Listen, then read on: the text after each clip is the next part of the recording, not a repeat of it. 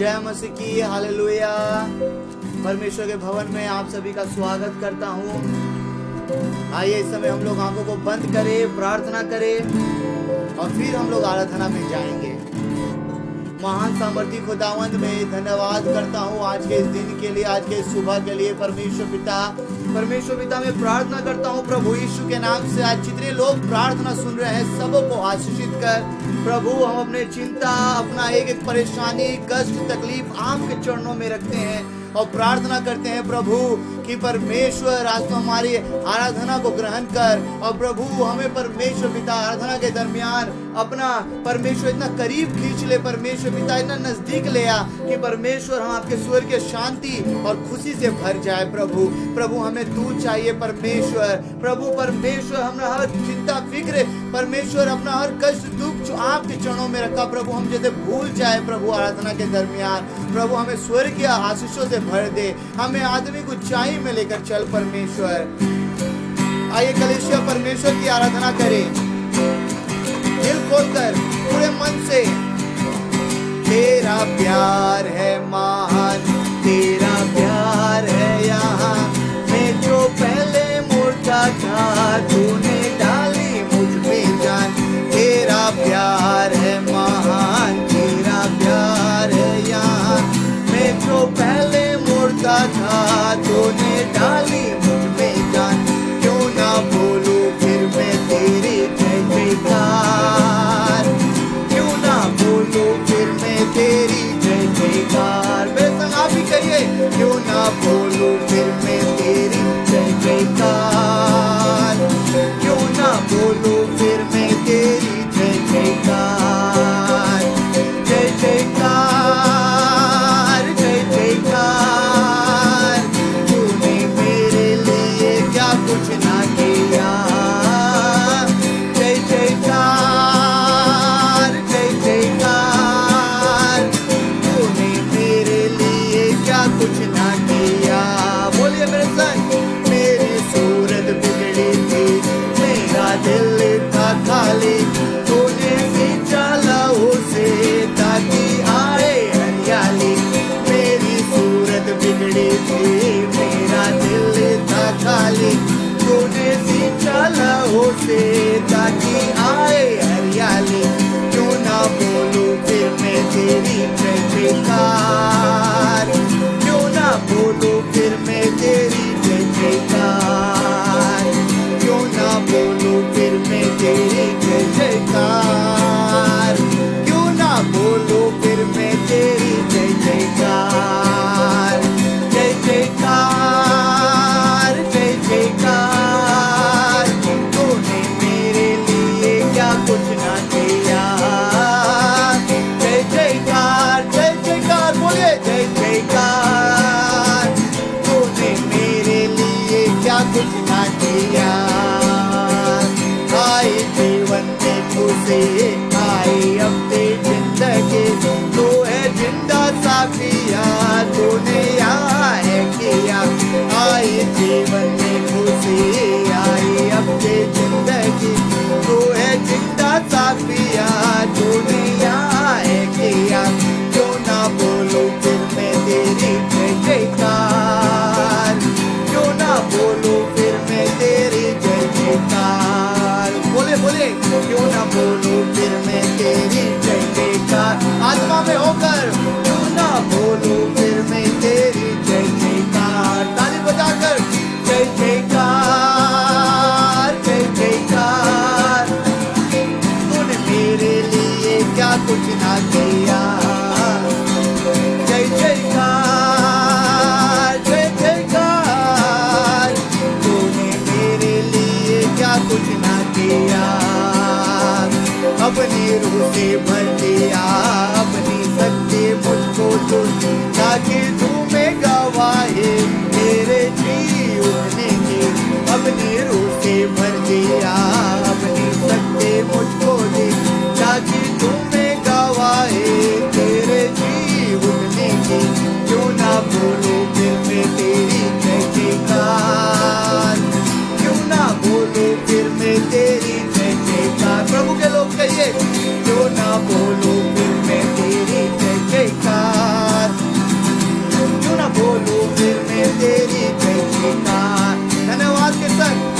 प्रभु का धन्यवाद करूंगा, उसकी संगति में सदा रहूंगा। हालेलुया। प्रभु का धन्यवाद करूंगा, उसकी संगति में सदा रहूंगा। साथ चलूंगा मैं जरूर पाऊंगा, साथ चलूंगा मैं जरूर पाऊंगा।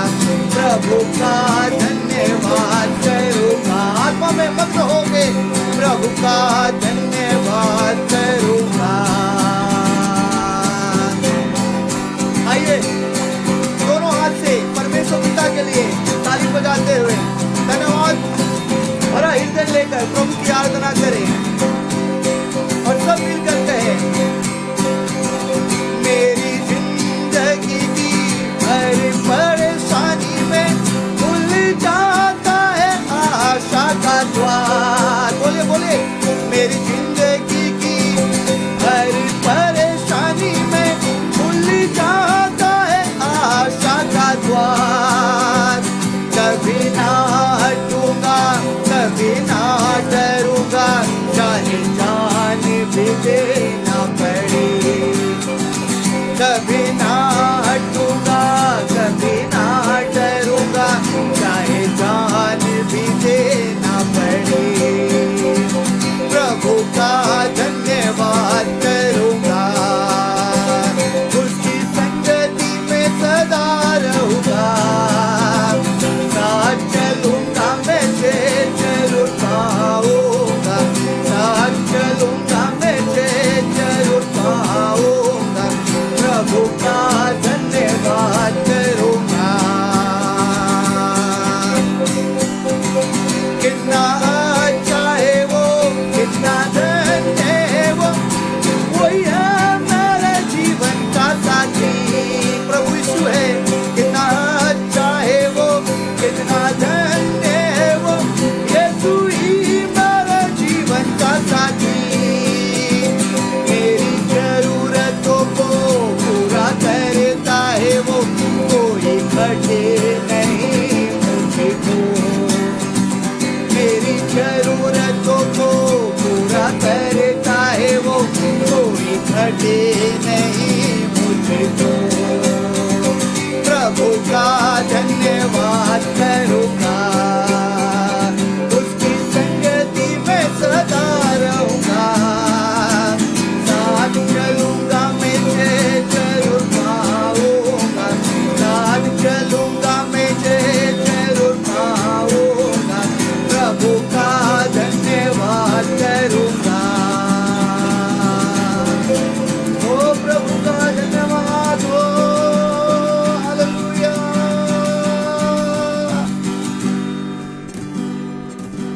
परमेश्वर का वचन कहता है भजन संगीता, यहोवा को अपने सुख का मूल जान और देख वहां तेरे मनोरथों को पूरा करेगा। इसलिए कलीसिया आइए हम परमेश्वर की ओर गहरी उपस्थिति में जाएंगे। सभी आंखों को बंद करिए, हाथों को उठाइए। हालेलुया। आइए परमेश्वर की गहरी उपस्थिति में आए और प्रभु की आराधना करें। हालेलुया। धन्यवाद प्रभु। पवित्र आत्मा मेरे दिल में आ, पवित्र आत्मा मेरे दिल में आ। मेरे जीवन को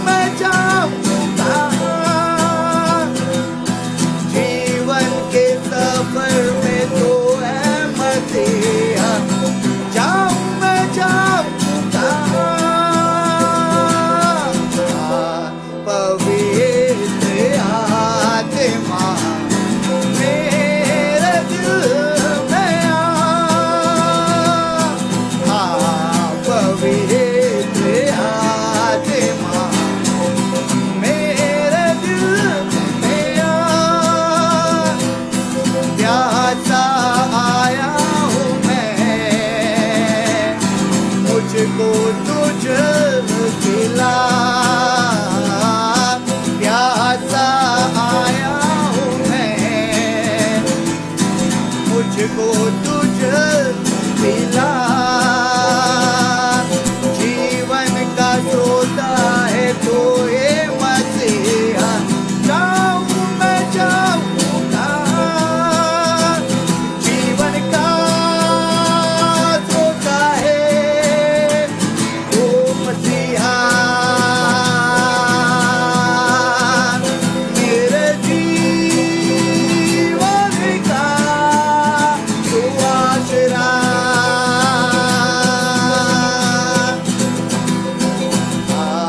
पवित्र आत्मा मेरे दिल में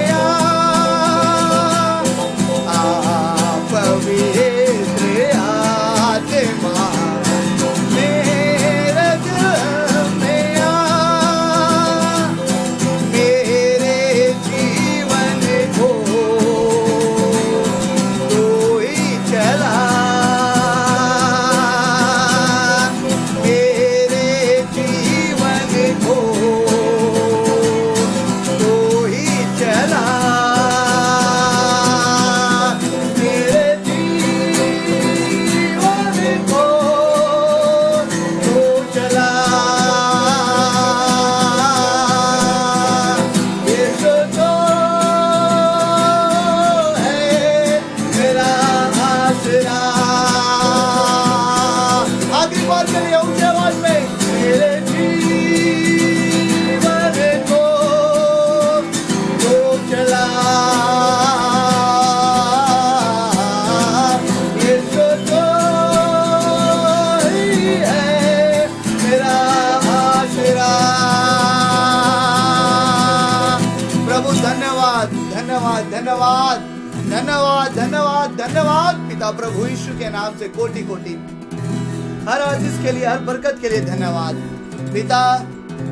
इस समय जब हम आपके वचनों की तरफ जाते हैं, हमारे हृदय मन प्राण को स्थिर कर हम अपना आत्मा आपके हवाले करते हैं। प्रभु हमें आज आशीष कर अपने वचनों से, स्तुति प्रशंसा आदर महिमा प्रभु तारीफ बड़ाई धन्यवाद ये सब का योग्य केवल तू है और हम तुझे देते हैं। प्रभु इस सभा के भार को आपके हाथों में सौंपते हुए प्रभु यीशु आपके नाम से कहते हैं आमीन। ये समय है परमेश्वर के वचनों का। आइए हम लोग प्रभु के वचनों की तरफ जाएंगे, प्रभु के वचनों से सुनेंगे। सभी को जय मसीह की, हालेलुया।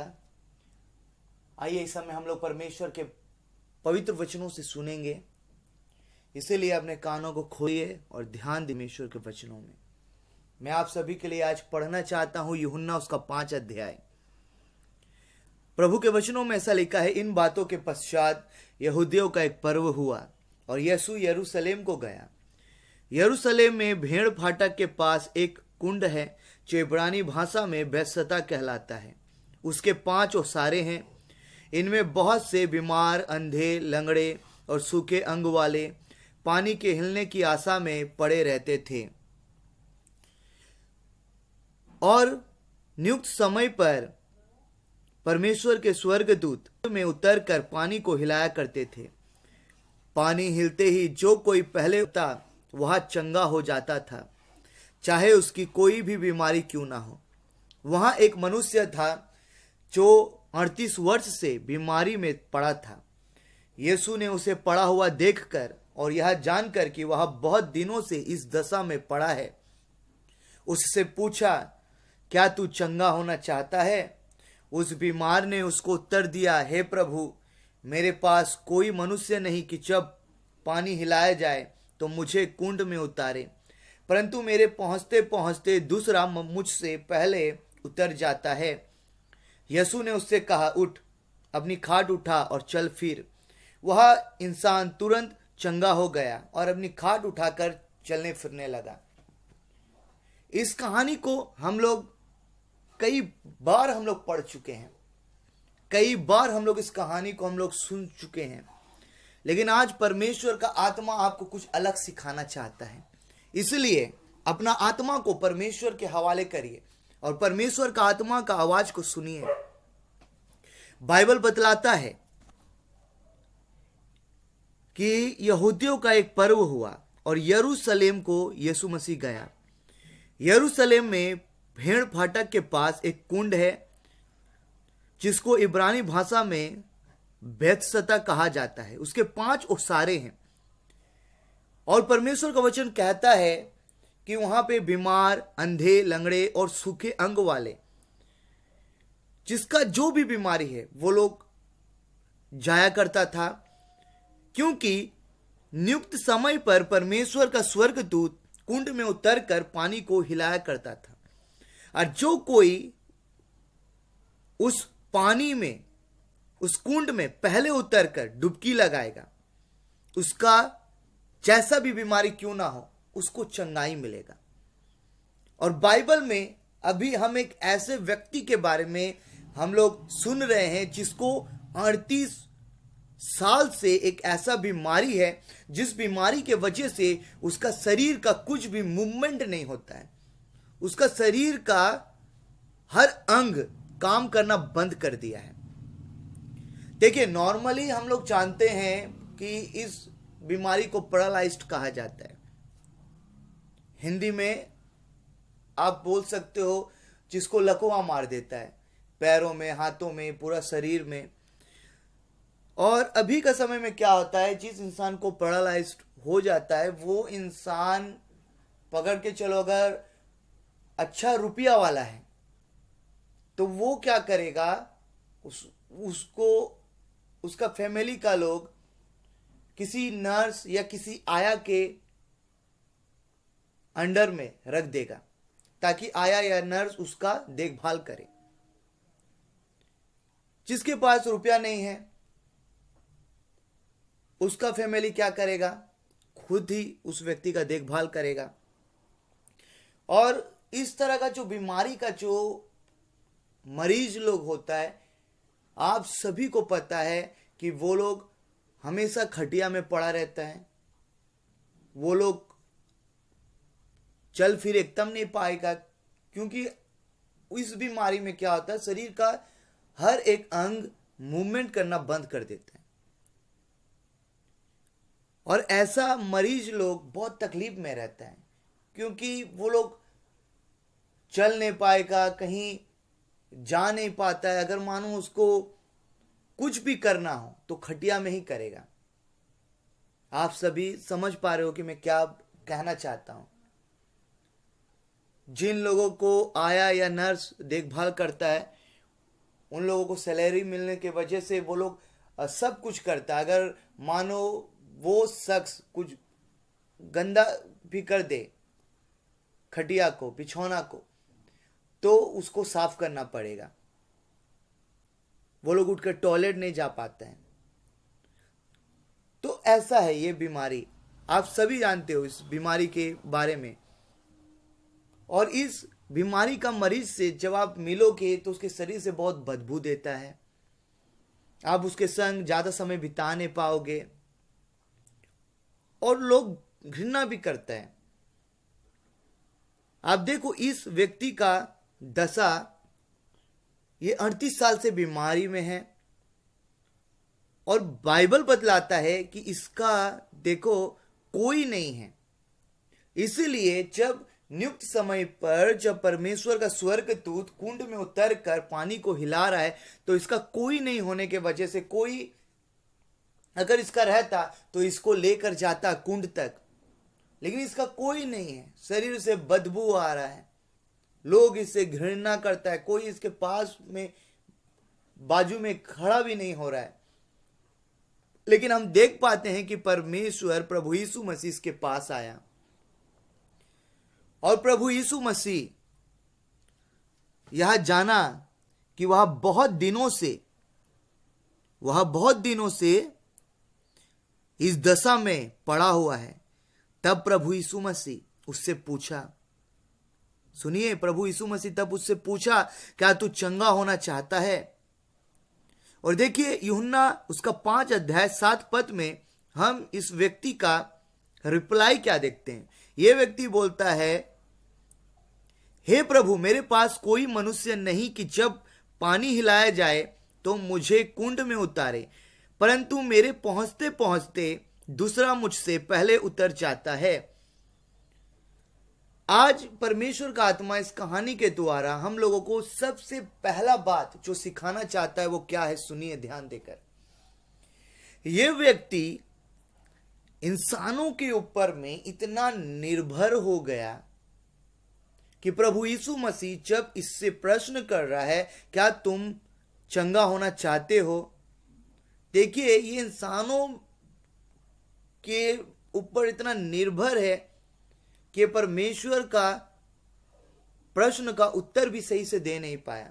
ये बोल नहीं पा रहा है कि हां मैं चंगा होना चाहता हूं, लेकिन ये एक ऐसा रिप्लाई कर रहा है जिस रिप्लाई के द्वारा आप समझ सकते हो, उसमें एक ऐसा झलक रहा है उस रिप्लाई में कि ये व्यक्ति लोगों के ऊपर पूरा पूरी डिपेंड हो गया है। और ये व्यक्ति देखो ऐसे ही कर रहा है। ये व्यक्ति बोला मेरे पास कोई नहीं है कि जब पानी हिलाया जाए तो मुझे कुंड में उतारे। आज ये व्यक्ति पता है 38 साल तक बीमारी में क्यों है, क्योंकि ये व्यक्ति इंसानों के ऊपर ज्यादा भरोसा किया।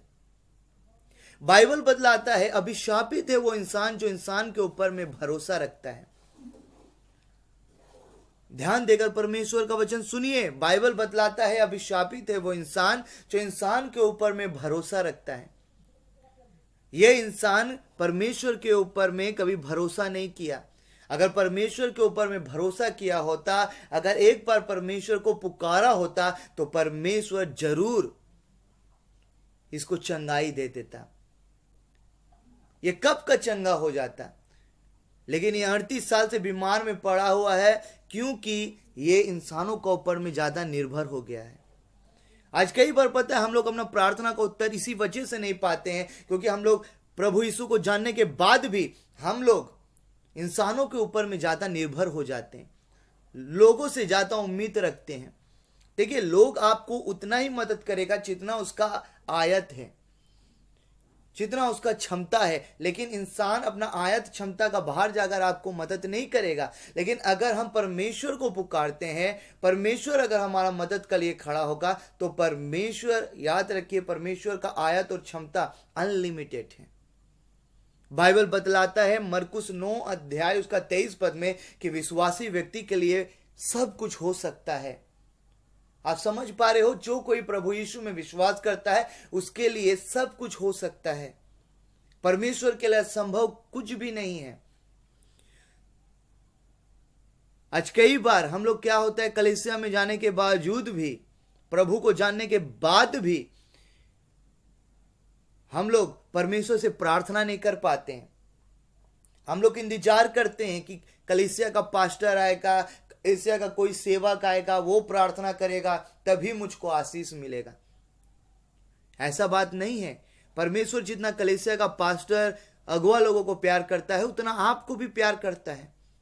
प्रभु यीशु मसीह सिर्फ पास्टर और अगुआ लोगों के लिए लहू नहीं बहाया, लेकिन सबके लिए लहू बहाया। इसीलिए लोगों के ऊपर निर्भर होना छोड़िए, लोगों को सम्मान देना है। बाइबल बतलाता है शत्रु को भी प्यार करना है, लेकिन बाइबल कभी भी नहीं बताया कि आप परमेश्वर को छोड़कर लोगों के ऊपर में निर्भरशील हो जाओ। आज यही वजह है कि लोग अपने जिंदगी में आशीष को नहीं पा रहे हैं। हमारा आशीष लेट मिलने का वजह यही है कि लोग के ऊपर कई बार हम लोग ज्यादा निर्भर हो जाते हैं। लेकिन जो कोई परमेश्वर के ऊपर में संपूर्ण रीति से निर्भर होकर जिएगा, वो अपना जिंदगी का आशीष हमेशा सही टाइम पर अपने पास देखेगा। आपको आशीष के पीछे भागने का जरूरत नहीं है। बाइबल बतलाता है मत्ती रचित सुसमाचार उसका 6 अध्याय 33 पद में कि उसके राज्य और धार्मिकता की खोज करो तो सब वस्तुएं तुम्हें मिल जाएगी। आप परमेश्वर के पीछे भागिए, परमेश्वर के पीछे ध्यान दीजिए, आपका आशीष आपके पीछे आएगा। मैं आपको बता देता हूं कि जो लोग परमेश्वर के राज्य में आशीष ढूंढने के लिए आता है, उन लोगों को मैं कहना चाहता हूं कि सबसे बड़ा परमेश्वर का आशीष है आपको प्रभु यीशु मसीह पापों से मुक्ति देता है, आपको उद्धार देगा। जब आप अपने पापों का अंगीकार करेंगे और प्रभु यीशु मसीह को दुनिया का एकमात्र परमेश्वर बोलकर ग्रहण करेंगे, उसी वक्त परमेश्वर आपको उद्धार देगा। और इससे बड़ा आशीष और कुछ हो ही नहीं सकता। स्वर्ग के आशीषों से बढ़कर कुछ हो ही नहीं सकता। इसीलिए आज परमेश्वर का आत्मा सिखाता है कि हमें पूरी परमेश्वर में निर्भर होना जरूरी है। बाइबल में देखिए, इस इंसान को जब प्रभु यीशु मसीह बोला कि अपना खाट उठा और चल फिर, हम देख पाते हैं 9 पद बतलाता है, वह इंसान तुरंत चंगा हो गया और अपनी खाट उठाकर चलने फिरने लगा। देखिए, दूसरा बात जो परमेश्वर का आत्मा इस वचन से हम लोगों को सिखाता है वो है कि ये इंसान प्रभु को बुलाया नहीं, पुकारा नहीं, लेकिन ये जिस दशा में था प्रभु यीशु मसीह उसके पास आया और उसका मदद किया, उसको चंगा किया। आज आप जिस दशा में भी हो, आप सुनिए, आप परमेश्वर को पुकार भी अगर नहीं रहे हो, परमेश्वर सुनिए आपका मदद के लिए आ सकता है। जब कभी भी, सुनिए, जब कभी भी वो वक्त आ जाए जिस समय में परमेश्वर आपके संग मुलाकात करने के लिए रखा है, उस समय ठीक प्रभु आपके सामने आ जाएगा और आपसे मुलाकात कर लेगा।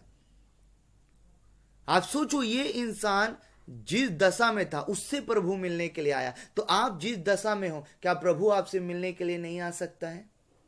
यह इंसान बुलाया नहीं था, लेकिन प्रभु इसके पास आया मिलने के लिए। अगर आप और हम सोचो, प्रभु को अगर पुकारेंगे तो प्रभु क्यों नहीं आएगा हमसे मिलने के लिए, हमारा मदद करने के लिए? बाइबल में ऐसा लिखा हुआ है, राजा दाऊद कहता है, अगर हम लोग देखेंगे भजन संहिता उसका 3 अध्याय 4 पद में, राजा दाऊद कहता है, मैं ऊंचे शब्द से यहोवा को पुकारता हूं और वह अपने पवित्र पर्वत पर से मुझे उत्तर देता है। सोचिए, यह इंसान प्रभु यीशु को पुकारा नहीं, प्रभु से मदद नहीं मांगा, लेकिन जिस दशा में भी था प्रभु इसका मदद करने के लिए हाजिर हो गया। तो अगर प्रभु को पुकारेंगे, तो राजा दाऊद जैसा कहा भजन संहिता 3 अध्याय 4 पद में, तो क्या परमेश्वर अपना पवित्र पर्वत पर से अगर हम पुकारेंगे तो क्या परमेश्वर आवाज नहीं देगा? जरूर देगा। बाइबल बतलाता है भजन संहिता 37 अध्याय उसका 4 पद में, यहोवा को अपने सुख का मूल जान और वह तेरे मनोरथों को पूरी करेगा। आज परमेश्वर का आत्मा हम लोगों को इस वचन से केवल 2 ही बातों को सिखाता है। बहुत सारी बातें हैं, लेकिन केवल 2 ही बातों की तरफ परमेश्वर का आत्मा हम लोगों को ज्यादा ध्यान देने के लिए बोलता है। पहला, प्रभु यीशु में पूरी निर्भर होकर जीवन जिए, और दूसरा, प्रभु को हमेशा पुकारते रहिए। परमेश्वर को हमेशा पुकारते रहिए। आइए इस समय हम लोग आंखों को बंद करेंगे और हम लोग प्रार्थना में जाएंगे। सर्वशक्तिमान प्रभु परमेश्वर, हम आपका धन्यवाद देते हैं कि आज तूने अपने पवित्र वचनों से हमें आशीषित किया है। प्रभु परमेश्वर, आज अगर कोई भी प्रभु आपको छोड़ इंसानों में ज्यादा ध्यान देने लगा है, इंसानों के ऊपर नजर टिकाकर जीवन जी रहा है, इंसानों में निर्भर होकर इंसानों से मदद मांग के जीवन जी रहा है, तो प्रभु परमेश्वर वो लोग अपना जीवन में कभी भी परमेश्वर नहीं देख पाएगा। प्रभु जी, आपका स्वर्ग के आशीषों को, आपका पवित्र आत्मा का गहरा कामों को, आपका अद्भुत अलौकिक कामों को। लेकिन आज परमेश्वर यीशु प्रभु, जो कोई इस वचन को सुनने के बाद अपना अपना आत्मा आपके हवाले सौंपता है, अपना जिंदगी में आपका परमेश्वर अधिकार मांगता है, और प्रभु जी जो कोई बोल रहा है कि प्रभु अब से तू मेरे जीवन में, प्रभु परमेश्वर तू गहरा काम कर और मैं अब से केवल आपके ऊपर निर्भर होकर जीऊंगा, प्रभु आज से मैं प्रार्थना करता हूं कि उसकी जिंदगी को तू बदल दे परमेश्वर पिता। प्रभु जो कोई आप पर निर्भर होकर जीने का आज संकल्प ले रहा है परमेश्वर पिता, प्रभु हम विश्वास करते हैं प्रभु कि वो लोग अपना जिंदगी में आत्मिकता में और बढ़ेगा। प्रभु वो लोग विश्वास में वचनों में बढ़ेगा, स्वर्ग के आशीषों को पाएगा, और प्रभु यहां तक कि पार्थिव जरूरत भी आप उन लोगों का पूरा करेंगे परमेश्वर यीशु। प्रभु हम विश्वास करते हैं प्रभु कि तू हमारा सुख का मूल है परमेश्वर पिता, और परमेश्वर पिता हमने जब तुझे अपने सुख का मूल जान लिए हैं परमेश्वर, तू हमारे मन की इच्छाओं को पूरा करेगा परमेश्वर। प्रभु यीशु मसीह हम प्रार्थना करते हैं परमेश्वर, प्रभु हम तुझे पुकारेंगे परमेश्वर पिता, और तू पवित्र पर्वत पर से हमेशा हमारा प्रार्थना का उत्तर देगा। प्रभु हम प्रार्थना करते हैं परमेश्वर, जो आज आपका आत्मा ने 2 बात सिखाया है प्रभु लोगों को परमेश्वर पिता, इस 2 बात में सच में मजबूत कर। कई बार परमेश्वर पिता लोग कलीसिया में आने के बाद भी प्रभु परमेश्वर पिता कितना डिपेंड हो जाता है परमेश्वर अदर्स लोगों के ऊपर में, लेकिन आज के इस वचन के बाद से प्रभु लोग सीखे कि संपूर्ण रीति से अपना परमेश्वर पिता जीवन आपके हाथों में सौंपना। वो लोग सीखे प्रभु संपूर्ण रीति से अपना बोझ, अपना परेशानी आपको देना। कई बार शैतान भी प्रभु परमेश्वर लोगों को सिखाता है कि अपना 90% अपना दे दो प्रॉब्लम प्रभु को, लेकिन 10% खुद ही रखो। इसीलिए आज बहुत सारा लोग प्रभु जी परमेश्वर पिता अपना प्रार्थना का उत्तर सही टाइम में नहीं पाता है, अपना आशीषों को सही टाइम में देखने पाता है। लेकिन हम जानते हैं परमेश्वर पिता कि बाइबल बतलाता है, तूने नीति वचन में कहा अपनी समझ का सहारा ना ले, परंतु अपने प्रत्येक काम में परमेश्वर को पहला स्थान देना। तूने अपने वचन में यह भी कहा परमेश्वर पिता, तू कहता है परमेश्वर पिता कि प्रभु परमेश्वर पिता कि हम अपना सारा भार परमेश्वर पिता, हम परमेश्वर पिता जब आप में सौंप देंगे, क्योंकि परमेश्वर पिता आपको हमारा ख्याल है, ध्यान है। आपने कहा चिंता मत कर, अपनी सारी चिंता हमें दे दे। लेकिन प्रभु जी शैतान ऐसा नहीं करने देता, क्योंकि प्रभु शैतान नहीं चाहता कि हम आपके आज्ञाओं को माने प्रभु, हम परमेश्वर पिता। लेकिन अब से प्रभु ऐसा नहीं परमेश्वर, प्रभु हम पूरी निर्भर होकर आप में जिएंगे, और हम जानते हैं प्रभु कि हमारा जीवन प्रभु जी हम जब निर्भर होकर तुझ में जिएंगे हमेशा आशीष देख पाएंगे अपनी जिंदगी में। आज प्रभु जितना लोग सुना है वचन सबको ब्लेस कर। आज का संडे परमेश्वर पिता सबके जीवन को परमेश्वर पिता एक नया आत्मिक ऊंचाई में लेकर जा रहा है। जो लोग आज वचन सुने हैं परमेश्वर, उन लोगों का आत्मिक जीवन का स्तर और ऊंचा होने वाला है। आने वाले दिनों में परमेश्वर पिता वो लोग और भी परमेश्वर पिता नए नए बातों को सीखेगा, और उनका परमेश्वर पिता जिंदगी में कुछ रहे या ना रहे, लेकिन प्रभु जी इतना वचन का भरपूरी रहेगा प्रभु जी कि परमेश्वर पिता वो लोग केवल वचन को सुनने वाले नहीं रहेंगे, लेकिन वचनों में चलने वाले बन जाएंगे। और प्रभु जी बन रहा है प्रभु, तू लोगों के एक एक के जीवन को तैयार कर रहा है जो वचन सुन रहे हैं परमेश्वर। प्रभु सबको ब्लेस कर, प्रभु सबके परिवार को ब्लेस कर, प्रभु हर एक के परिवार की जरूरतों को पूरा कर, सबको सलामत रखना प्रभु। धन्यवाद हमारी हर प्रार्थना को सुनकर उत्तर देने के लिए प्रभु यीशु। आपके नाम से ये प्रार्थना विनती प्रभु हम पिता के पास रखते हैं और आपके नाम से कहते हैं आमीन। पिता का प्यार, प्रभु यीशु मसीह का अनुग्रह और पवित्र आत्मा का संगति सहभागिता प्रभु यीशु मसीह के द्वितीय आगमन तक हम सबका संग होता रहे। आइए हम सब कहे आमीन।